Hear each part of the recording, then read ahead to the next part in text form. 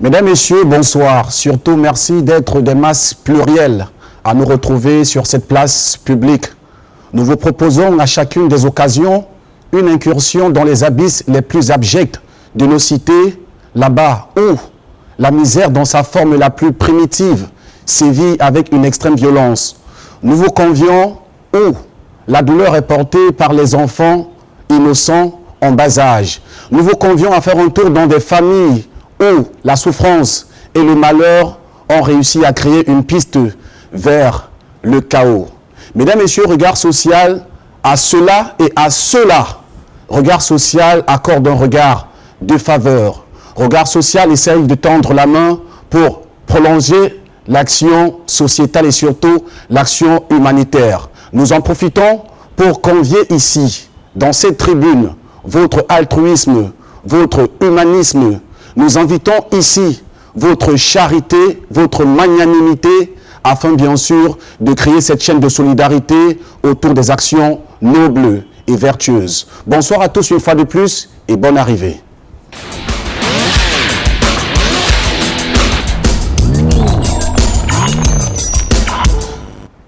Regard social est un lien de fraternité, un lien de solidarité. Regard social est un lien pour aller plus loin. D'ailleurs, dans cette tribune, nous avons pour habitude de mettre au cœur de cette émission la société et la pédagogie. Raison pour laquelle nous convions au débat les experts de santé mentale et surtout anatomique à pouvoir nous tenir la main, à nous guider dans ce large chantier qui est la connaissance des maladies. Aujourd'hui, un cas nous interpelle. C'est celui, bien sûr, d'un jeune homme qui est au bord du gouffre, avec les circulations nombreuses et le trafic qui a commencé à desservir dans certains métiers. Beaucoup de jeunes s'y sont lancés afin de pouvoir trouver leur pitance. Et Loïc Franck en fait partie. Dans son activité quotidienne, Loïc a malheureusement été victime d'un accident. Un accident qui, en lui, a vidé le personnage et la personnalité qui habitait cet homme.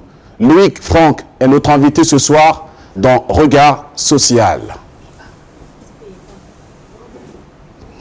Loïc Yvan est présent parmi nous ce soir. Loïc, bonsoir et bonne arrivée.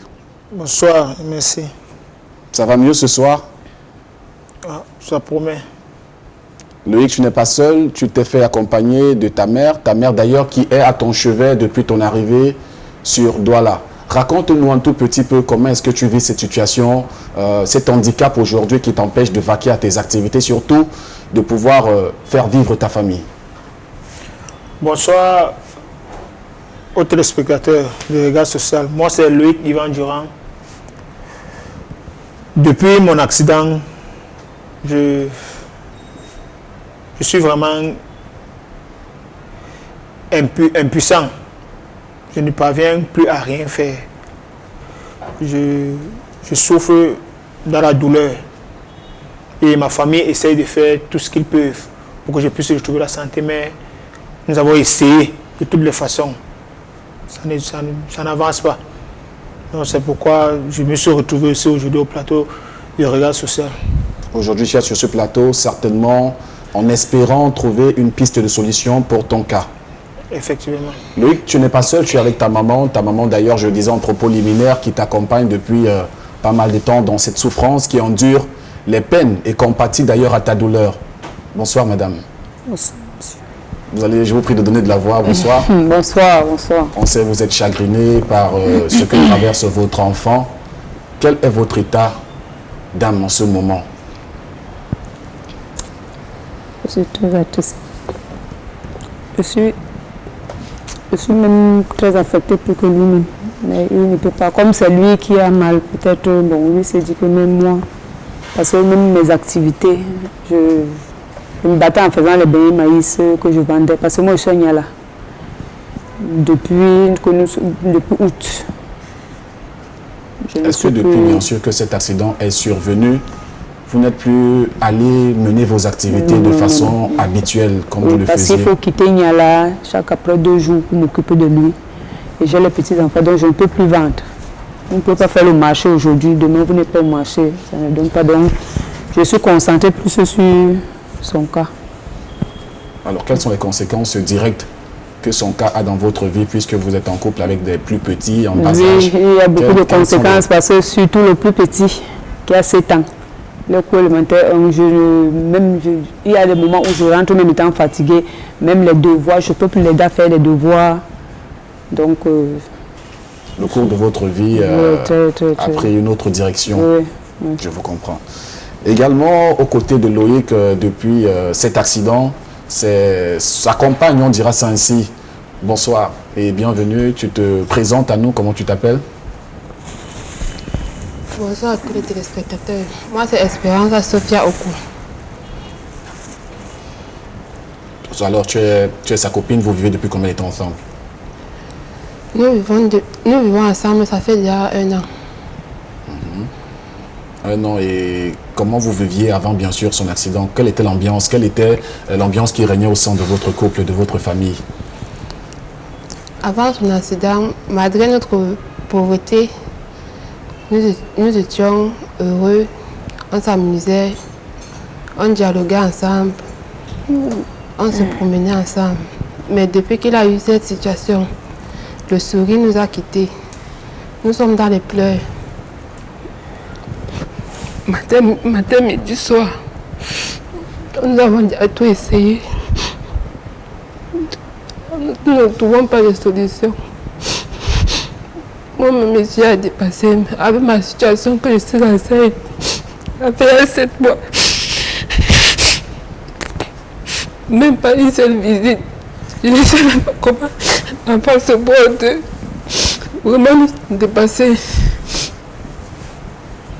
Et à travers Regard Social, ce soir, cette famille s'est retournée dans l'espoir de pouvoir voir une lueur, une flamme venir éclairer bien sûr le malheur sur lequel ils sont pliés aujourd'hui. Une famille qui ne demande qu'à pouvoir vivre de tout ce qui pourrait être honnête, comme le faisait déjà Loïc Yvan. Mesdames et messieurs, pour avoir plus amples informations autour de ce cas qui nous rassemble et qui nous interpelle tous, je vous invite à regarder cet élément qui a été concocté par l'équipe de reporters de Regard Social.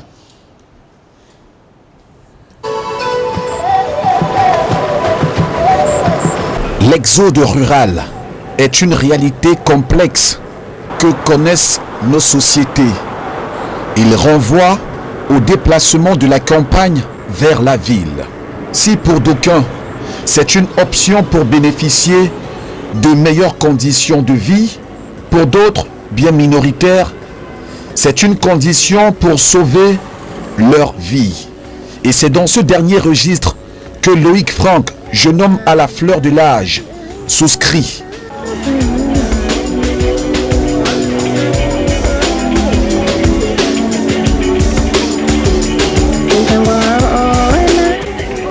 Pour lui, cette migration est d'ordre médical.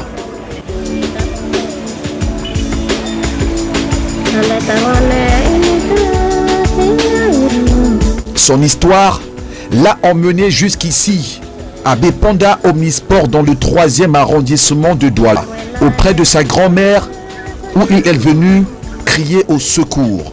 Ce juvénile, dans son quotidien de conducteur de moto, dans l'arrière-pays, dans la zone de Mbongo-Ndunga, dans le département de la Sanaga-Maritime, avait réussi le pari de gagner sa vie et nourrir sa famille d'une femme et de 2 enfants jusqu'au jour où le pire s'est produit.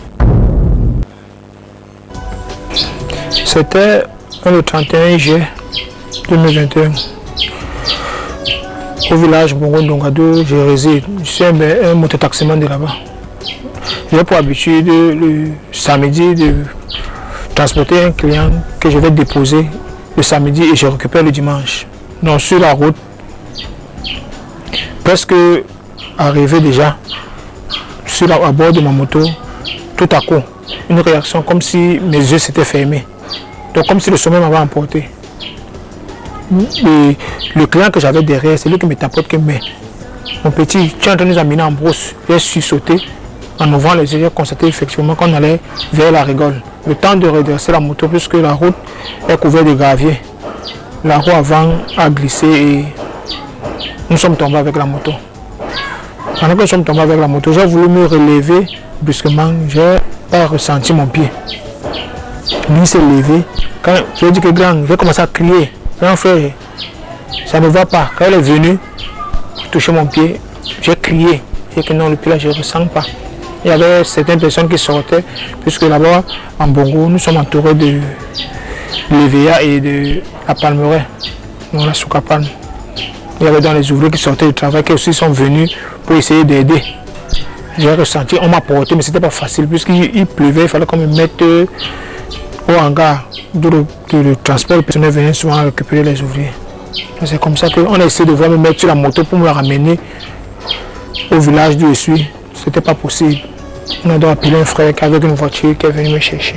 Le choc subi par Loïc Franck au niveau de son genou gauche aura la mauvaise fortune de faire l'objet d'une automédication par rapport d'analogie. Nous sommes arrivés en Bongo, dans une clinique nommée à Luchem. Le docteur en question m'a demandé ce que je ressentais. J'avais très mal au pied, je ne ressens pas, ça fait vraiment, franchement mal. Il m'a donc injecté, je ne sais pas quoi, c'est un antibiotique pour que je puisse me calmer. Je me suis endormi. Après quelques temps, puisqu'on savait que c'est un mal de pied, et chez nous, on peut guérir cela. De façon massage du village, quoi. Nous sommes donc allés appeler un masseur qui est arrivé. Il a massé, il m'a fait un garrot ce samedi et qui m'a dit qu'il devait revenir vérifier l'évolution le samedi prochain. Tellement ça chauffait, dimanche, lundi, mardi, j'ai dit je ne pouvais pas supporter la douleur. J'ai détaché. J'ai retrouvé les boules, comme si le feu m'avait brûlé, les petites boules. Après, j'ai décidé de monter en ville pour faire la radio et savoir exactement ce qu'il y a à l'intérieur du pays, même s'il va falloir qu'on continue. Le genou avait commencé à présenter des formes plus compliquées de ce qui au départ semblait être une entorse pour céder place à une plaie béante et une jambe enflée. C'est à ce moment que le tour des hôpitaux sera amorcé avec des diagnostics différents à chaque endroit fréquenté. Je suis arrivé dans Anyala. Avec ma mère, nous sommes partis à Lobaba pour faire la radio. Et les résultats sont sortis du cliché. Moi, je ne sais pas comment je peux interpréter. Bon, mais la façon dont j'ai vu ce que j'ai pu voir. Subitement, il fallait qu'on parle. Ma mère s'est mise à causer avec un monsieur après. On s'est retrouvés en empruntant une moto pour l'hôpital général. Arrivé à l'hôpital général, un docteur nous reçoit qui me fait comprendre que mon pied, on doit l'amputer parce que la gangrène est en train de monter. Et si on ne le fait pas rapidement, je vais mourir. Mais il faudrait qu'on signe certains papiers pour que l'opération ait lieu et qu'il y ait une somme de 150 000 francs à déposer. C'est là que je vais faire comprendre que non, je ne peux pas. Non, ça, on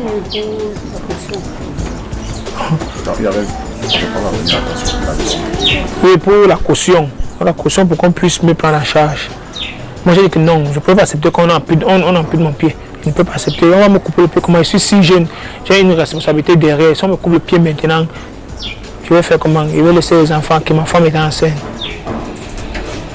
C'est pas. Après, on a décidé, ma mère, dans la panique, elle est sortie, commence à monter, descendre. J'ai fait pratiquement là-bas 3 jours sans soin, où mon pied s'est plus dégénéré que comme je suis en travail là-bas, pas d'alcool, rien.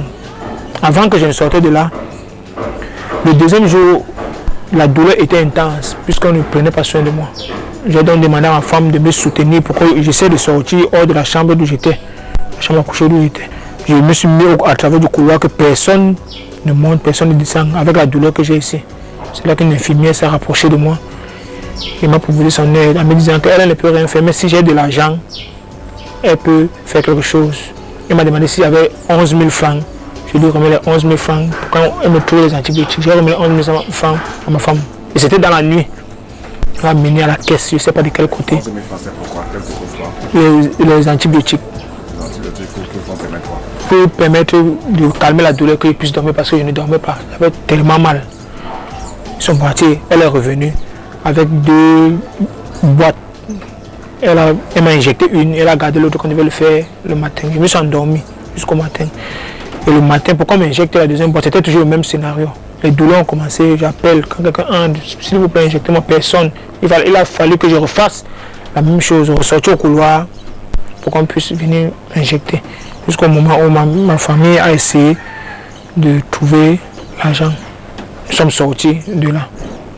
On nous a orientés à Bilongue, dans une autre clinique là-bas. Bilongue, c'est le nom qui m'échappe un peu. D'où le monsieur en question a pris soin du pied. Jusqu'à ce que le pied essaie de retrouver cet état-ci. Mais il a eu peur parce que les os étaient là visibles. Après que le pied a baissé, parce que le pied était enflé, tout le mauvais sang est sorti, l'eau et tout. Les os ont commencé à se voir. Il a dit que non, lui n'est pas chirurgien, ce n'est pas à son niveau. Là maintenant, il faudrait qu'on aille dans un hôpital d'eau, on peut m'opérer, mettre des fixateurs pour que les os puissent tenir. C'est comme ça qu'on sort le dimanche, le 9, une semaine après chez lui là-bas. Je reviens ça à la maison. Et depuis ce jour, je suis venu, ça n'a pas pu trouver, parce qu'il avait demandé qu'il nous fallait 3 fixateurs. Et un c'est 140 000.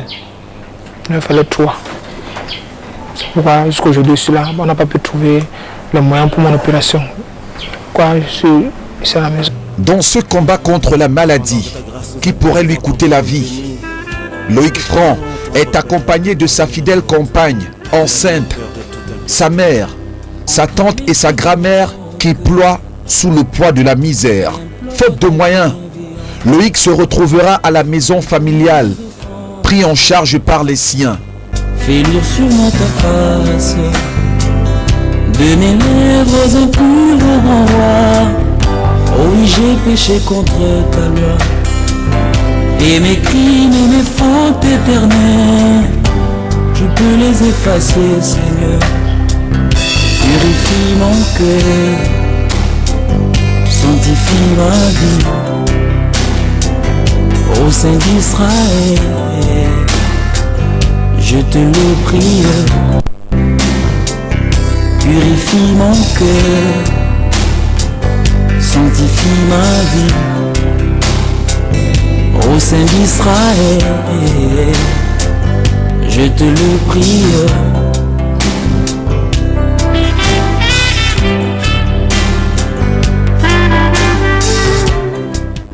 Sa mère, vendeuse de beignets de maïs, ne parvient même plus à trouver de quoi faire un pansement. Le cliché là sort. Celui qui était là comme chirurgien qui devait s'occuper, il nous dit qu'il ne peut pas nous recevoir. C'est lui qui nous envoie à l'hôpital général. Il dit que c'est à l'hôpital général. Il commence à nous dire comment l'enfant a eu un truc qui était simple, qu'on pouvait soigner simplement. Nous on attend toujours quand c'est grave pour se lever. Je lui ai dit que moi je suis pas avec l'enfant. C'est comme ça qu'on reprend les motos, direction l'hôpital général. Moi en allant à l'hôpital général, je ne savais pas. Je n'avais jamais mis à l'hôpital, en tant que seulement qu'à l'hôpital général de passage. Je n'ai jamais mis mon pied là-bas. C'est comme ça que quand on arrive, on a trouvé que le chirurgien ici avait déjà appelé le chirurgien de l'hôpital général. Quand on arrive, on donne la chaise roulante. On entre. Le monsieur demande, c'est vous Loïc? Mais j'ai compris que celui de Lobaba lui avait déjà fait part de la situation. C'est comme ça qu'on entre. Il prend le bic. Il pique le pied, il pique.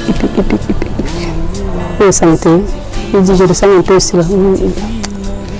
Mon fils, ta maman doit vite faire. Il doit faire une face.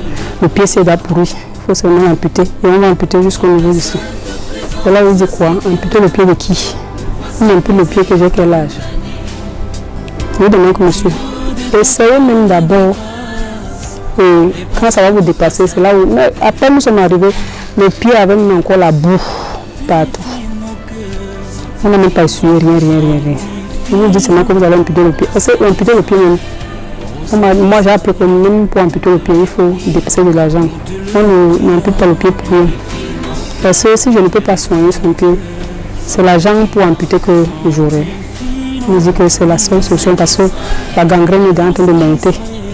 Le nerf, il y a un nerf ici, il a appelé c'est le nerf quoi. Quand ça serait d'attaquer, le tout va monter et c'est le cœur, voilà, comme c'est le pied gauche, c'est le côté du cœur. Il va monter. Parce que les antibiotiques, même d'abord, on a essayé même d'abord de commencer avec les injections. Ça n'a pas marché. Nous sommes mélangés les 500 là. C'est avec ça qu'on essaie. C'est moi-même qui fais le plus pansement. On a essayé ici. La fille là nous a pris, c'est 2000. Elle dit pour faire le pansement, c'est 2500. On a demandé 2500 que moi je prends l'argent et faire seulement le pansement comme ça. Je suis comment comme ça. Je ne sais même pas si c'est le bon ou c'est le bon. C'est seulement comme ça. La copine de Loïc enceinte, avec qui il partageait une complicité forte, riant de leur moment de gaieté et de misère, ne va pas abandonner son conjoint dans cette situation. Pour lui, elle reste toujours une confidente, une oreille pour écouter ses plaintes et une épaule pour le réconforter.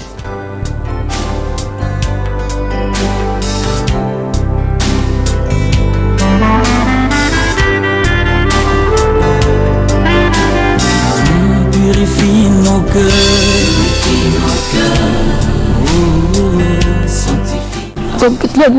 Il m'a porté, il m'amène là où il était à l'hôpital. Il me demande si j'ai le cœur de supporter ce que je veux voir. Je dis quoi?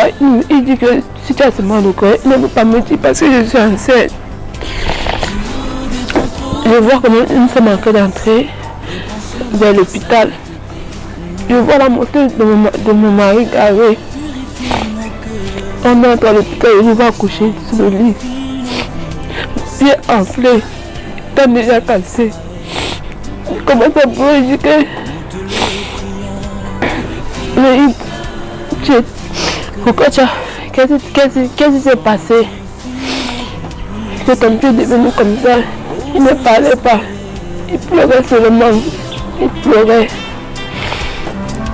Puis il disait qu'il avait mal, on l'a injecté. Puis nous sommes sortis, nous sommes partis à la maison. Il n'avait même pas d'argent. Le peu d'argent qu'il avait, c'est ça qu'il a payé à l'hôpital. Puis nous sommes sortis. Même pour manger, c'était pas facile. C'était soit ses amis qui donnaient, il les 500. On se bat avec pour manger. Je me pouvais, moi j'étais déjà fatiguée avec ma situation, que je suis enceinte.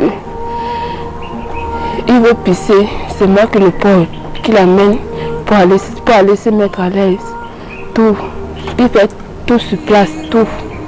Il fait tout sur place. Ça ne m'allait pas, j'étais aussi à ma petite soeur, elle aussi, elle est malade. Donc ça n'allait vraiment pas. Avec le peu d'aide que les gens nous aidaient, on a pu en avoir l'argent de transport pour venir à Douala. Nous sommes venus chez sa mère, qui est ma belle-mère. On passait des bons moments. Mais depuis qu'il a eu son accident, vraiment, rien ne marche plus. Rien. Même pour que quelqu'un mange, c'est très difficile. L'état de santé de Loïc a fini par empiéter sur la vie des personnes qui lui témoignent encore un attachement, allant jusqu'à sévrer sa famille de la pitance. Tout effort est consacré à le tenir en vie. C'est pourquoi, cette fois encore, notre chaîne de solidarité est mise à l'épreuve afin de manifester notre intérêt à la vie, celle d'un être humain qui a tout perdu, tout jusqu'à l'espoir.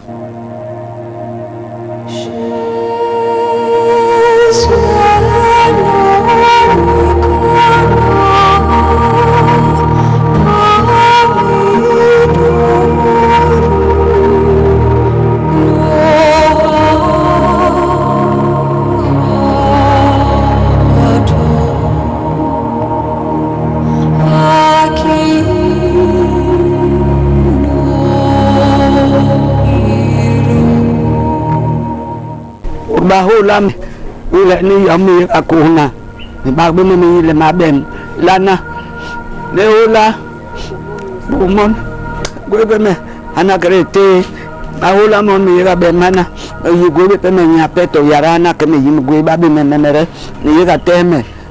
Yana le Kay, ye, Yara job, Lengi Mu on the ma, and ye be, Dan Kakabon, Alebayarla.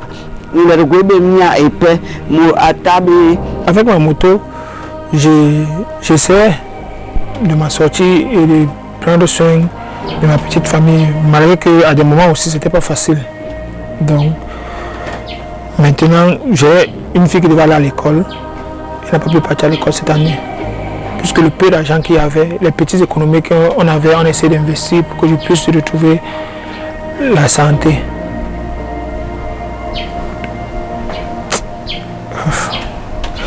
Et je demande de l'aide à mes jeunes frères qui sont partout dans le monde, de pouvoir me venir en aide pour que même après cette étape, je puisse retrouver la société et essayer de continuer mes activités.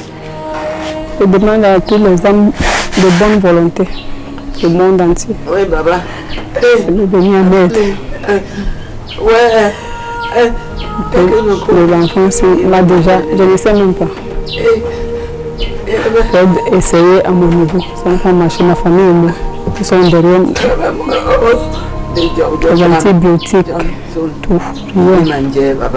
Je ne sais pas.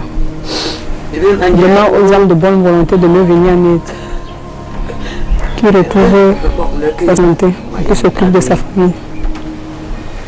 Oh là là, elle est enceinte, même pas une visite. Baba. Je sais pas, je demande aux hommes de bonne volonté qui me regardent de me venir en aide.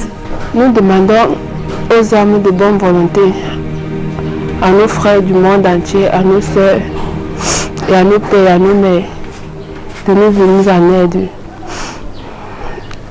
par rapport à notre situation. Nous avions tout essayé, de tous les moyens. On n'a pas trouvé de solution.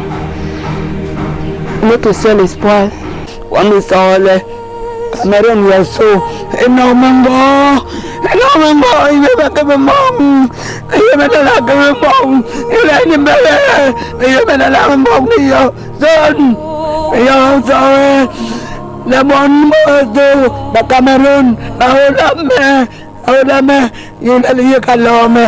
Il veut me la lâcher. Mesdames, il a bien. Ndabi me bong yom to yara go be pemangu ya le pon me bar me yide amuran kan lona ala time le anoni le me bong dala Cameroun enorme go ya me dala me bong ya me dala me bong go me moyen mon papa ton. Comment rester insensible face à une telle peine que traverse toute une famille, une peine qui accable toute une famille? Comment ne pas écraser une larme après le déroulé d'une telle histoire? Loïc est jeune, ambitieux, plein de rêves. D'ailleurs, le rêve de pouvoir offrir de meilleures conditions de vie à sa petite famille. Et aujourd'hui, ce rêve risque de se briser si jamais nous n'actons pas, si nous ne donnons pas un peu de notre compassion, de notre charité pour redonner le sourire à ces personnes qui en ont besoin. Loïc est parmi nous encore. Loïc, dis-moi plutôt, aujourd'hui, quel est le regard que la société t'attribue? Comment sont devenues les relations entre toi et tes amis après cet accident? Après mon accident, j'ai eu le soutien de beaucoup de mes amis au départ, puisque nous tous on savait que ça devait passer très rapidement. Donc j'ai eu le soutien physique, moral et un peu financier de certains de mes amis qui on a pu compléter vu les marches que nous avons eu à faire dans les différents hôpitaux, de Logbaba jusqu'à la petite clinique de Bilongue. Non, mais à un moment après, beaucoup de choses se sont arrêtées. Tu es un jeune certainement qui caresse une passion un métier, une passion? Qu'est-ce que tu voulais concrètement faire? Normalement, ce que j'avais envie de Qu'est-ce que tu aimes faire? ce que j'aime faire, ce que je voulais faire ou que j'aime faire et je fais d'habitude quand j'ai les occasions, c'est l'électricité. L'électricité. Oui. Une qualification électricité. Oui. Et aujourd'hui, est-ce que tu penses que ton rêve, est-ce que tu penses que tu ne pourras pas pratiquer à cause de cet handicap que tu connais? Tu penses que c'est un frein? Je pense que si je ne parviens pas à me rétablir, tous les rêves que j'ai pourront tomber dans l'eau. Quelle est ta plus grande crainte aujourd'hui? C'est de ne pas pouvoir aider ma famille. Et j'aimerais vraiment retrouver la santé pour que je sois plus présent qu'absent.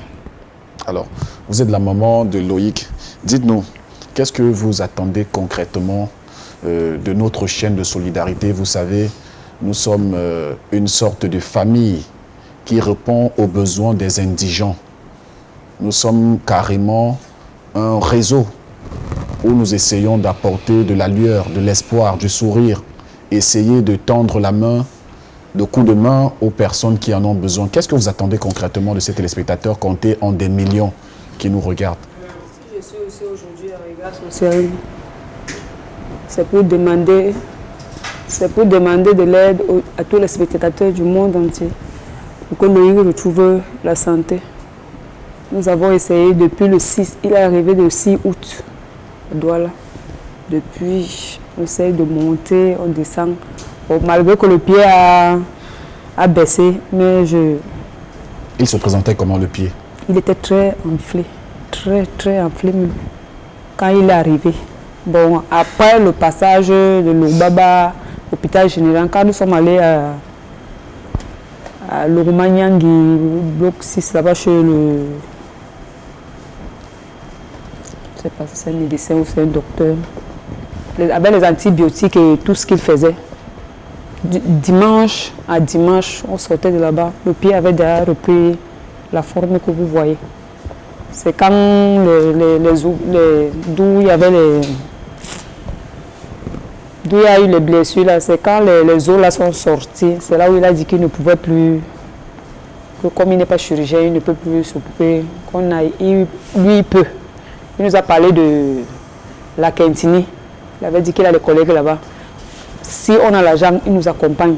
Mais si on veut aller seul, il nous donne le numéro de téléphone. Bon, il fallait d'abord que je rentre, m'entretenir avec la famille pour voir s'il y a l'argent pour... Bon, je suis rentrée. Nous avons tout essayé, ça n'a pas marché. Si aussi aujourd'hui, c'est pour que si les âmes de bonne volonté peuvent m'aider, qu'il retrouve l'usage de son pied. Et dans cette tâche, pour essayer de comprendre ce qui est arrivé à notre ami Loïc, pour nous accompagner les experts de santé, nous sommes accompagnés par mademoiselle Bilo Anadej. Elle est psychologue clinicienne. Bonsoir et bienvenue sur notre plateau. Bonsoir, merci beaucoup. En face de vous, nous avons docteur Djuken Franck, qui est médecin généraliste. Bonsoir Franck Djuken et merci d'être des nôtres. Bonsoir Martin. Bonsoir à tous les téléspectateurs et bonsoir à tous les co-panélistes. À la vue de ce reportage, il s'agit d'une situation assez accablante pour tous. Et si nous sommes présents à Regard Social ce soir, c'est pour essayer d'expliquer ce cas et exhorter à toutes les âmes de bonne volonté de pouvoir venir en aide à ce jeune qui actuellement ne peut pas se mouvoir et essayer de pouvoir établir une déambulation autonome. Donc, merci encore pour l'invitation ce soir. Le questionnement, je le commence avec vous. La série de questions, je la commence avec vous. Alors, dites-nous, comment interprétez-vous, après bien sûr cette vidéo, ces images, comment interprétez-vous ce qui est arrivé à Franck, à Loïc? Okay. Bon, déjà, à la vue de ce reportage, je peux dire que Loïc, il a eu un traumatisme du genou. Je ne sais pas si c'était une luxation ou une entorse, comme certains l'ont dit dans le reportage, ou encore une fracture, un traumatisme fermé avec déformation du genou, qui généralement, dans le cadre médical, est une urgence chirurgicale, parce que tout personnel de santé qui reçoit ce genre de cas doit pouvoir évaluer l'intégrité des organes nobles, qui sont les organes vasculo-nerveux, et également l'intégrité cutanée. Et cette évaluation doit se faire dans les 6 heures en principe. Et ce qui est arrivé à Loïc, entre le village où il était, il doit là, je crois que ça a pris assez de temps, beaucoup de temps. Et Loïc est arrivé à Douala, les collaborateurs qu'il a rencontrés ont proposé des solutions à son problème et tout. Et on va dire que Loïc devrait normalement être bien pris en charge à la phase initiale de son traitement, à la phase initiale de son traumatisme. Donc là, ce soir, on va essayer de mieux investiguer ou essayer de voir quelle est la solution définitive au problème de Loïc qui date de plusieurs mois déjà. Alors, docteur Joaquin Franck, qu'est-ce qu'il y avait lieu de faire une fois que cet accident est survenu? Qu'est-ce qu'il y avait lieu de faire? Déjà, lorsque l'on reçoit un patient comme Loïc, en état initial, qu'est-ce qu'on fait? On débute par une anamnèse. Qu'est-ce qui s'est passé afin d'évaluer l'intensité du traumatisme qu'a subi son genou. Et en fonction de cette intensité, l'on peut avoir une certaine hypothèse sur ce qui se passait sur ce genou, une hypothèse diagnostique qui pourra nous aider à pouvoir évaluer quelles peuvent être les complications. Surtout ce genou. Le genou, c'est un élément, c'est une articulation qui est très sollicitée dans notre quotidien. Tout le monde doit pouvoir marcher pour pouvoir vaquer à ses occupations. Et le genou, il est constitué de plusieurs éléments, y compris des éléments nobles, qui sont des vaisseaux et des nerfs. Normalement, lorsqu'on reçoit Loïc, on lui fait une anamnèse, on l'interroge, on lui fait un examen clinique complet afin d'éliminer d'autres lésions associées à ce traumatisme du genou, qui peut être dans un cadre d'un polytraumatisme. Et en plus de ces lésions associées, à distance du genou, nous pouvons avoir également des lésions associées loco-régionales qui concernent les vaisseaux qui assurent la vascularisation, la nutrition du genou, et les nerfs qui assurent la motricité du membre incriminé. Et dans le cadre de Loïc, il faut évaluer l'intégrité vasculaire en prenant par exemple le pouls périphérique du membre, le pouls périphérique, évaluer comment se présentait le membre initialement. Est-ce qu'il était tuméfié? Est-ce qu'il était froid? Est-ce qu'on avait une perte des pouls périphériques ou une diminution des pouls périphériques? Et cela aurait orienté le personnel médical qui l'aurait reçu, parce que dans le cadre d'une confirmation ou d'une suspicion de lésion vasculaire, Loïc aurait bénéficié d'une panoplie d'examens complémentaires pour confirmer son cas. Par exemple, une radiographie standard qui peut se faire en dynamique afin de visualiser quel est l'état de ces éléments de contention du genou, parce que le genou, il est constitué de plusieurs ligaments qui le contiennent. Et puis, il y a quelques petits éléments de congruence qui font en sorte que le genou ne soit pas lâche en quelque sorte, si on peut dire flasque, parce qu'il y a des éléments de contention.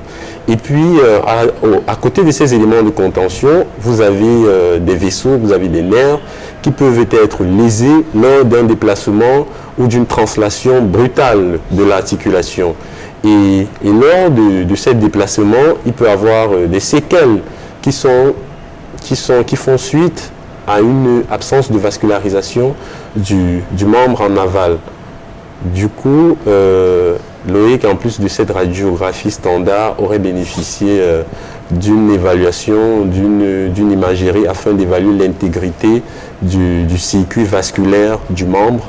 Et avec cela, on aurait fait une prise en charge chirurgicale, plus précisément vasculaire. Un chirurgien vasculaire aurait intervenu afin de conserver l'intégrité vasculaire et voir comment revasculariser ce membre qui, d'après les vidéos, semble être complètement ou partiellement dévascularisé. Alors, nous avons suivi dans l'élément qui est passé tout à l'heure, dans le propos bien sûr de la mère. Elle s'est fait comprendre qu'à la rencontre d'un docteur, on leur a fait comprendre que le pronostic vital de Loïc pouvait être engagé. Est-ce que vous le pensez? Oui, le pronostic vital, comme les collaborateurs l'ont dit dans le reportage, s'il y a bel et bien une gangrène qui est confirmée, oui, un pronostic vital. Si jamais il y a une gangrène qui est confirmée. Si jamais il y a une gangrène, si l'intégrité vasculaire est complètement comment on dit, abolie, on a un pronostic vital qui peut être engagé, mais initialement, nous devons passer à un pronostic fonctionnel.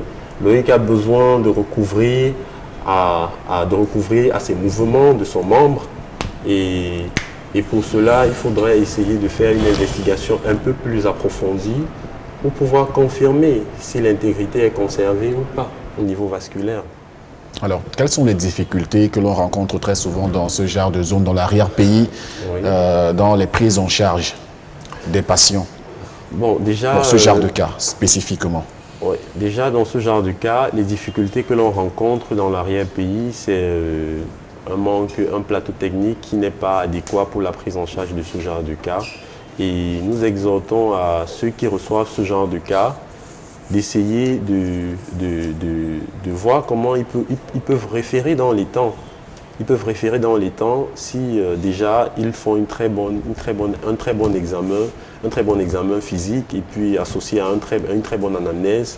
Je crois qu'une bonne référence est dans les temps, une rapidité de prise en charge, un délai de prise en charge serait une très bonne idée pour ceux qui vivent en périphérie. Alors, docteur, les personnels qui sont en périphérie. Docteur Djoukin, dites-nous plutôt de façon très claire, est-ce que si jamais il y a risque d'une gangrène, il pourrait retrouver la motricité? Il pourrait retrouver l'usage de son pied? Bon, déjà, si la gangrène, c'est avéré qu'il s'agit d'une gangrène, là, on peut amputer le membre. Amputer le membre ne veut pas dire que Loïc n'aura plus la motricité de son membre parce que la médecine, elle est évoluée, en particulier l'orthopédie. Nous disposons de beaucoup de solutions d'alternatives à des amputations. Nous avons des exoprothèses qui sont presque similaires à un membre, mais en artificiel. Donc, dans ce genre de cas, il y a d'autres alternatives. Alors, avec nous, mademoiselle Biloa Nadège, qui est bien sûr psychologue, avec elle on va essayer de comprendre aussi le côté mental du patient ou alors de l'accidenté. Dites-nous, quelles sont les répercussions psychiques que cela peut avoir sur Loïc? Je vais commencer mes propos par signifier qu'il n'y a pas de santé sans santé mentale. Et l'être humain est un être physique, il est un être psychologique et un être social. Lorsqu'on est face à une situation, on a besoin d'évoquer ou de se référer à ces paramètres qui constituent l'être humain. Dans le cas de Loïc, par exemple, c'est vrai, c'est lui qui vit sa situation, c'est lui qui ressent la douleur, mais son entourage est également affecté sur le plan psychologique. Et cette affection peut être causée par plusieurs facteurs, tels que les difficultés économiques que peuvent rencontrer la famille, l'espoir aussi, étant donné que l'enfant est d'abord l'espoir d'une famille. On se dit que quand on a un enfant, l'avenir peut être assuré. Du coup, on investit sur cet enfant, émotionnellement comme financièrement. On s'attend à ce que dans l'avenir, qu'il soit utile à la société. Quand il survient donc quelque chose de pareil, toute la famille est alertée, on est dans la peur. Et je vais évoquer que cette peur ne concerne pas seulement la famille, mais aussi Loïc, qui s'est approprié ce rôle que je dois élever peut-être la famille. C'est ce qui pourrait faire des barrières, comme je l'ai entendu sur le reportage, que je ne veux pas être amputée parce que j'ai une famille à ma charge. Nous voulons faire comprendre à Loïc ici que s'il s'agirait de la présence d'une gangrène et d'une amputation, ce n'est pas déjà une fatalité en soi. Il pourra, grâce aux prothèses et la médecine qui a évolué, se mouvoir et retrouver sa vie, pas vraiment normale, pas telle qu'il aspirait, mais il pourra se reconstruire. Donc ces répercussions sont d'ordre individuel comme d'ordre collectif. Alors j'aimerais bien savoir, docteur, qu'est-ce qu'il peut, nous sommes encore dans les hypothèses, hein, qu'est-ce qui peut pousser un patient, un malade, un accidenté, qu'est-ce qui peut créer la crainte d'être amputé? Pour ce cas particulier, Loïc est un jeune homme de 20 ans. 28 ans. Oui, il est à la fleur de son âge. Il se dit que bon, à ce moment-ci, il faut que je me construise, il faut que je fonde une famille. Et il a sûrement, il s'est fait une image, il s'est fait des projets qu'à telle période, je serai déjà en train de faire telle ou telle chose. Et ceci implique aussi l'image du corps. L'image du corps qui renvoie à la perception qu'on a de nous-mêmes. On se donne une certaine valeur. On se dit que bon, je suis bien comme ça, je suis beau comme ça, les gens m'aiment comme ça. Mais quand on va se voir diminuer ou bien avec un membre à manque, pour si jamais ça arrive, du coup, ça n'ancre pas, on n'arrive pas à intégrer cette situation. De la même façon, il y a ce qu'on appelle le schéma corporel chez la personne. Le schéma corporel, c'est ce que tout le monde peut percevoir, c'est-à-dire on sait qu'il y a la tête, les membres et tout ça. C'est ça qui nous permet de nous déplacer en sachant que ici, je peux passer, ici, je ne peux pas. Il y a ce schéma corporel qui est touché chez la personne et qu'il faudra intégrer. Il y a également l'estime de soi chez la personne. Tout être humain, sauf en cas de problème, a une certaine estime. Je veux montrer ceci à la société. Je veux montrer que je suis capable de ceci.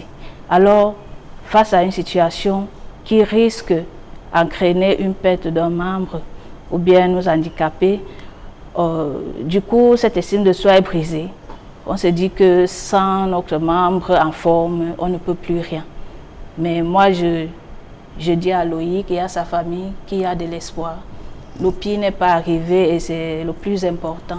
Je reviens vers vous dans un court moment. On se retourne vers le docteur Chungen Frank, qui nous fait l'amitié d'être là. Alors docteur, aux sensations, d'après bien sûr le reportage, Loïc n'arrive plus, ou alors avec retard, à avoir des sensations sur, je veux dire, il ne ressent plus des picotements par exemple sur sa partie inférieure du pied. Est-ce que cela témoigne du fait qu'il puisse perdre l'usage de ce pied? Bon, des troubles de la sensibilité, chez Loïc, ça peut être présent. Et également la motricité, comme je l'ai dit tout à l'heure, il peut avoir des lésions suite à ce type de traumatisme, des lésions qui peuvent être vasculaires ou neurologiques. Et selon le délai de prise en charge, ces lésions peuvent si c'est qu'une prise en charge n'est pas faite très tôt, les lésions peuvent davantage s'étendre. C'est ce à quoi nous sommes en train de craindre dans ce traumatisme. Il y en a qui ont parlé de gangrène et qui ont pris la peine d'évaluer le patient et de pouvoir apprécier si l'intégrité neurologique d'un membre qui est traumatisé, comme celui de Loïc, est conservée. Si Loïc peut encore mouvoir ses orteils de lui-même, si Loïc peut mouvoir sa cheville, si la sensibilité elle est conservée sur le membre en aval du genou. Donc, toujours est-il que c'est l'un des facteurs, la perte de la sensibilité, l'engourdissement, l'apparition des flictènes ou des cloques au niveau du membre ou en regard du traumatisme. C'est l'un des arguments qui peut faire penser à une gangrène. Alors, j'aimerais savoir, Doc, si jamais il perd l'usage de cette jambe, est-ce qu'il pourra intégrer la société comme monsieur n'importe qui? Est-ce qu'il pourra avoir sa place dans la société et pouvoir vivre de ce qu'il fera pour subvenir aux besoins de sa famille? Déjà, je vais prendre l'idée de notre psychologue ici présente. Comme elle a dit tout à l'heure, l'intégration sociale, elle va prendre un peu plus de temps. Mais toujours est-il que Loïc, il va pouvoir réintégrer la société normalement. Comme je l'ai dit, nous avons besoin de l'aide des bienfaiteurs afin de pouvoir rétablir la motricité ou afin de pouvoir améliorer ou permettre à Loïc de pouvoir se mouvoir. Qu'il y ait amputation ou pas, toujours est-il que Loïc, avec un soutien moral et le soutien de sa famille, comme nous l'avons vu dans le reportage, Loïc est assez entouré par sa famille et déjà je tiens à féliciter cette famille-là qui ne l'a pas abandonné et qui continue à se battre pour Loïc et particulièrement sa fiancée et sa maman, sa grand-maman, la grand-maman qui prend la peine de faire des pansements. Je ne sais pas si elle a des compétences d'un personnel de santé, mais déjà c'est à féliciter. Et Loïc, c'est quelqu'un qui pourra s'intégrer facilement avec ce soutien. Merci de nous retrouver à l'instant. Si vous nous rejoignez seulement maintenant, nous sommes dans le cadre de Regard Social. C'est bien sûr cette plateforme qui met en étal le mal-être des populations, les personnes qui sont jetées au plus profond de nos oublis. Nous leur tendons la main au lieu de leur donner le coup de pied. C'est également l'endroit indiqué, idoine, pour faire montre de votre charité, pour montrer combien de fois vous compatissez au malheur des autres. C'est l'occasion de montrer le retentissement qui habite en vous, afin de pouvoir tendre aussi la perche aux autres pour qu'ils puissent s'élancer dans la société, dans la vie et dans l'avenir. Je reviens à vous, mademoiselle Bilo Anadej. Cette fois-ci, dites-moi plutôt comment est-ce qu'on se sent lorsqu'on est dans la peau de Loïc? Comment est-ce qu'on peut se sentir? Quelles sont les pensées qui nous habitent? Effectivement, dans cette situation, qui n'est pas une situation de joie, on va vivre des idées noires et peut-être sombrer dans un état dépressif en fonction des représentations qu'on se fait de notre mal. Est-ce qu'on attribue ça à quelqu'un? Est-ce qu'on se dit que c'est un mauvais sort qui nous est arrivé, qui nous a été jeté, comme parfois on le dit en Afrique? Est-ce qu'on fait confiance au personnel médical qui nous disent que bon, à ce moment, il faut faire telle chose ou telle chose pour son bien-être? Du coup, si on ne fait pas cette confiance, on peut déprimer. On peut se dire que la vie ne vaut plus la peine, on perd de l'intérêt pour la vie. On peut être anxieux. Anxieux pourquoi? J'ai peur de perdre ce qui m'est cher, ce qui me permet de me mouvoir, ce qui pourrait m'aider à réaliser mes rêves. Et Loïc, actuellement, peut vivre des cauchemars liés à sa situation et à tout ce qu'il entend à propos, toutes les propositions qui lui sont faites. L'amputation, non, ça ne va pas aller, non, essayons à gauche. Avec tout ça et cette douleur, qui ne se limite pas seulement à une douleur physique, elle engendre également une détresse psychologique qui pourrait le pousser à dire que je ne veux pas d'amputation. Je ne veux pas et je ne veux pas. Mais ce qui m'a intéressé, c'est que il lance un appel. Il a encore l'envie de vivre. Et ça, c'est très important. On peut s'y appuyer pour l'encourager davantage et à comprendre qu'il a d'autres ressources qu'il peut mobiliser pour faire face à cette situation, quelle que soit la décision finale. Quelles sont les méthodes et moyens à adopter pour préparer une personne à une vie post-opération pour qu'il puisse facilement se sentir à son aise? Déjà, le personnel médical, quand je parle de personnel médical, il s'agit du chirurgien, de ceux qui sont proches, les infirmiers, doivent lui expliquer le processus. de quoi est-ce qu'il est question. On va faire ça, ça, ça, on va peut-être vous anesthésier. Donc, lui donner la bonne information. Et à la personne, la famille a un rôle très important à jouer. Parce que quand Loïc voit la famille Christ, ça l'affecte doublement. Mais s'il voit des gens engagés, des gens pleins de vie qui se disent que non, on ne va pas baisser les bras, quelle que soit la situation, je pense qu'il va s'accrocher à cela. Et lui également va faire appel à ses ressources et s'agripper. Alors, nous allons parler cette fois-ci vous avez embrayé lorsque vous parliez de son cas. Tu parlais bien sûr des répercussions qui peuvent impacter la famille, l'entourage de Loïc, qui aujourd'hui certainement a changé le cours de vie et certainement a dû noyer plusieurs de leurs loisirs. Quels autres impacts, quels impacts réels peuvent vivre ces personnes au sein de cette famille? C'est vrai, le mal est individuel pour l'instant parce qu'il est le seul à vivre la douleur. Mais ce mal a des répercussions sur sa famille qui doit se reprogrammer, qui doit se mobiliser. Sûrement qu'il y aura maintenant quelqu'un à ses côtés, comme sa fiancée le relevait tantôt, pour ses besoins. Pourtant, auparavant, elle pouvait s'occuper d'une autre chose dans le cadre de faire ancrer les revenus pour le vécu de la famille. Ce n'est plus le cas. Par exemple, la maman qui ne peut plus se déplacer n'importe comment, vaguer à ses occupations comme il se devait parce qu'elle doit être là, elle doit être attentive. Et Loïc même, qui ne peut plus subvenir aux besoins de ses enfants et de sa famille. Donc du coup, ça demande un réaménagement au sein de la famille.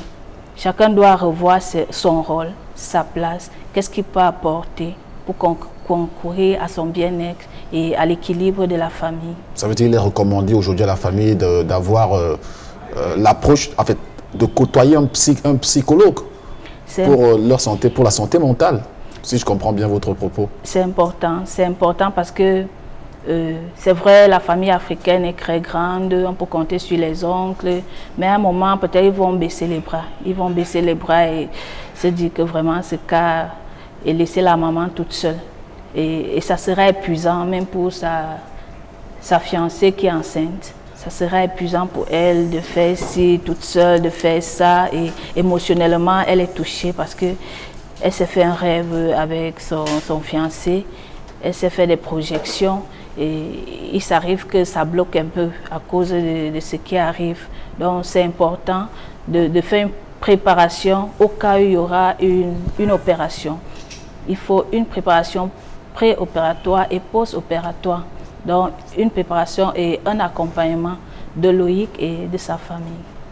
On parlera cette fois-ci avec le docteur des difficultés que rencontre bien sûr le prolétariat dans l'appropriation des soins de santé. Mais j'aimerais rappeler d'ailleurs, c'est le générique de cette émission, c'est contribuer, contribuer, contribuer. Il y a plus de bonheur à donner qu'à recevoir. Et puis on dit très souvent, qui donne prête à Dieu. Nous vous invitons donc au travers bien sûr des canaux téléphoniques au bas de l'écran à pouvoir manifester votre magnanimité, à pouvoir montrer votre fibre humaine, montrer que la vie compte avant toute autre chose. Essayons de remettre l'homme au centre de toutes les préoccupations sociétales. Et dans cette émission d'ailleurs, nous essayons autant peu faire cela. Nous essayons de remettre bien sûr l'homme au devant de toute autre chose. Alors, docteur Djoukeng Frank, dites-nous plutôt, on parlait tout à l'heure, je le disais, quelles sont les difficultés, les réelles difficultés pour le prolétariat, la basse classe sociale, à pouvoir avoir un suivi d'abord médical et à pouvoir avoir des soins adéquats? Déjà, les difficultés en ce qui concerne les soins adéquats pour beaucoup de patients dans notre population, c'est le retard de consultation. Beaucoup de patients, lorsqu'ils ont des situations assez délicates sur le plan sanitaire, ils n'ont pas ce réflexe de venir directement à l'hôpital pour consulter un médecin et des spécialistes. Du coup, avec ce retard de consultation, le délai de prise en charge n'est plus respecté. Si notre système nous permettait de pouvoir avoir une assurance sanitaire, une couverture sanitaire pour tous, afin de pouvoir établir ou disposer des soins de base pour toute la population. C'est qu'en cas de traumatisme ou en cas de bobo, sur le plan sanitaire, tout le monde se dirige directement vers l'hôpital. Du coup, c'est assez difficile et puis ça fait partie de nous tous Camerounais, ça fait partie de notre habitude, de notre mentalité, de toujours essayer de trouver une alternative à certains traumatismes ou à certaines maladies avant l'hôpital. Parce qu'il y en a qui ne peuvent pas souffrir certains soins à l'hôpital, qui systématiquement se disent non, à l'hôpital, je vais dépenser plus et tout. Du coup, c'est assez difficile pour nous tous de pouvoir... Est-ce que ce n'est pas le coût de ces soins-là qui essaye, en fait, qui fait rentrer ces personnes dans leur coquille? Déjà qui préfèrent chercher d'autres voies de solutions. Déjà qu'ils ne savent pas d'emblée à combien va s'évaluer la prise en charge. Du coup, déjà, même le fait qu'on songe à l'hôpital, on pense à l'argent. Du coup, ça évite à beaucoup de personnes d'aller à l'hôpital. Moi, je prends le cas de Loïc, par exemple, qui est sorti de l'hôpital pour faute de moyens parce que c'était un peu énorme. Là, je parlais du prolétariat. Est-ce que ces personnes, ces familles qui vivent en dessous du seuil de pauvreté peuvent vraiment se donner le luxe d'avoir des soins de santé? Dire luxe, c'est trop dire. Les soins de santé, on doit procurer des soins à tout le monde. Et puis, comme je l'ai dit plus tôt, s'il y avait des couvertures sanitaires pour tous, et je sais pas comment ça s'est passé dans les hôpitaux, afin que Loïc ne puisse pas être suivi complètement ou totalement. Mais si cela était assez bien établi, et s'il y avait une couverture sanitaire pour tous, c'est que Loïc aurait reçu ses soins normalement. C'est la raison pour laquelle nous sommes ici ce soir, afin d'exhorter beaucoup de personnes à pouvoir aider Loïc dans son état. Alors, je me retourne sur Nadège Biloa. Dis-moi plutôt, comment peut-on véritablement vivre son handicap étant heureux, en l'oubliant?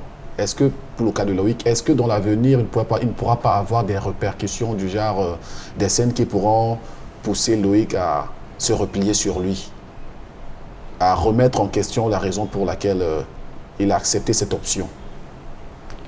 Dit déjà qu'on va oublier la situation, je dirais non. On ne va pas l'oublier. Il ne va jamais l'oublier. Peut-être ce qu'il fera, c'est culpabiliser, que peut-être c'est à cause de moi, peut-être je n'ai pas été attentif, peut-être ce jour, le voisin m'a soufflé que non, Loïc ne sort pas aujourd'hui et je suis quand même sortie. Mais la situation est là, elle est déjà là. Et Loïc devrait faire avec. Il devrait se réconcilier, peut-être se pardonner si jamais il culpabilise, il se dit que quelque part, je suis pour quelque chose. Il devrait se réconcilier avec lui-même, accepter la situation. C'est vrai, accepter ne signifie pas oublier, ou bien si on avait amputé le pied, ça va revenir.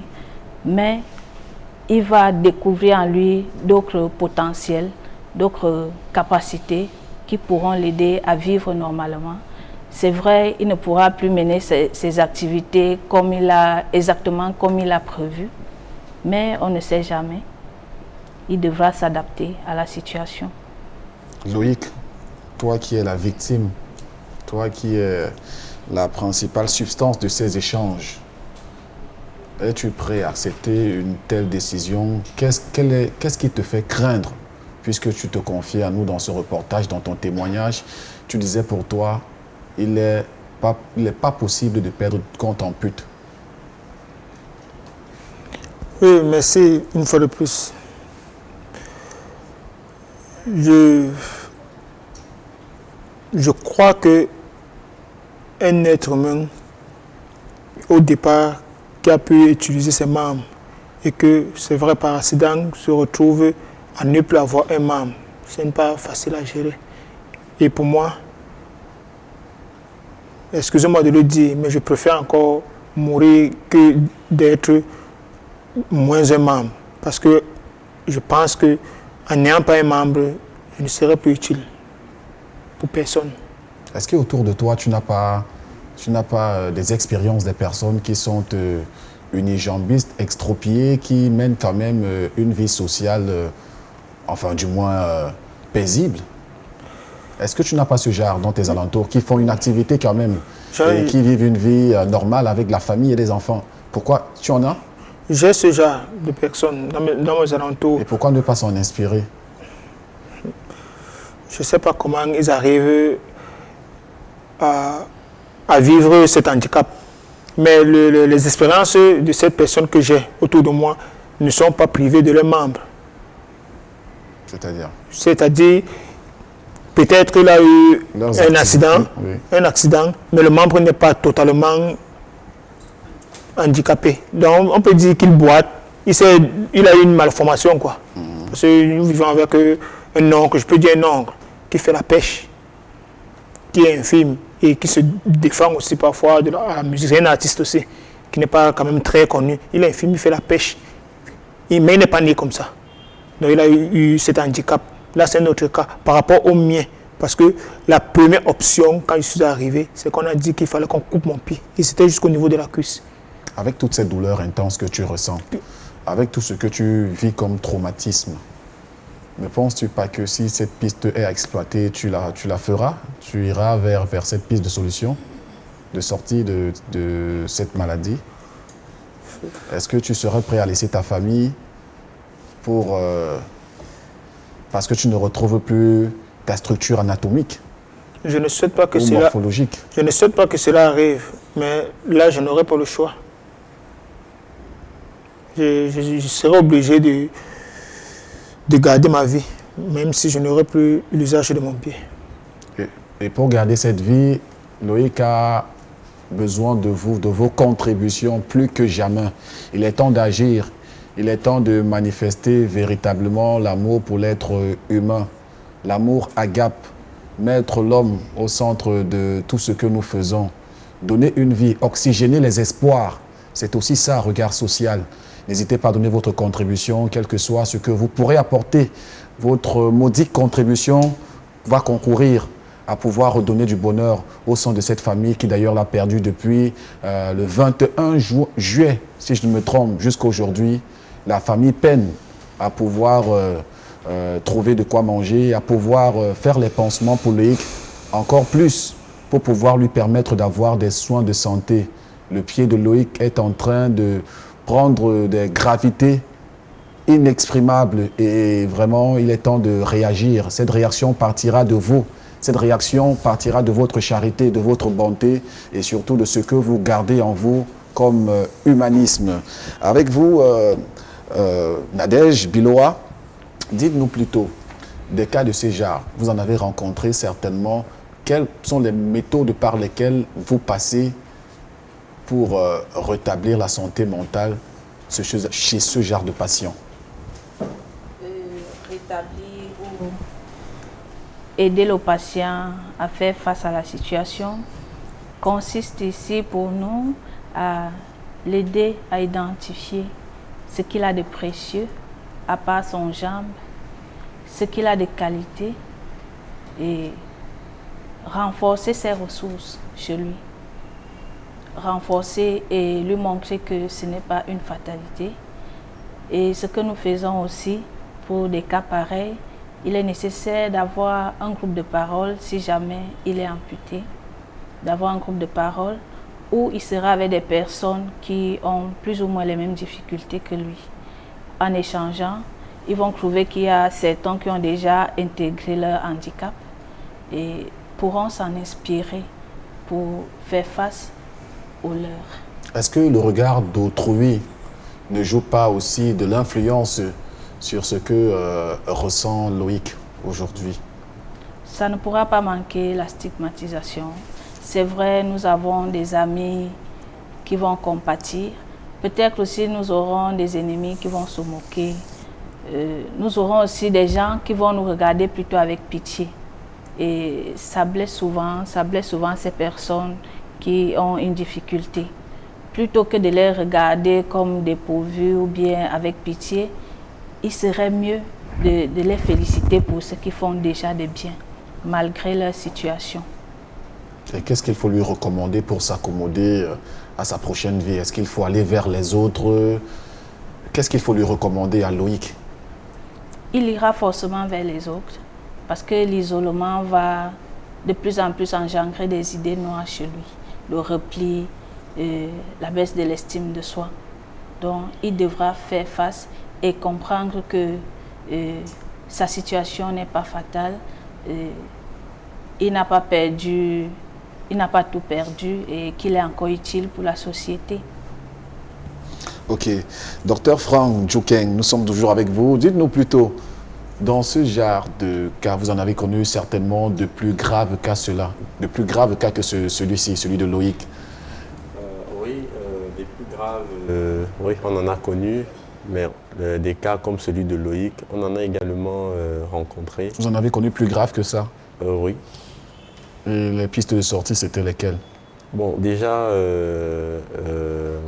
les plus graves à l'instant actuel, bon, on en a connu, et puis les pistes de sortie, c'était des exoprothèses. Et puis, lorsque nous rencontrons des cas pareils, si le patient arrive assez tôt dans notre structure médicale, on essaye de pouvoir tout faire afin de pouvoir conserver le membre.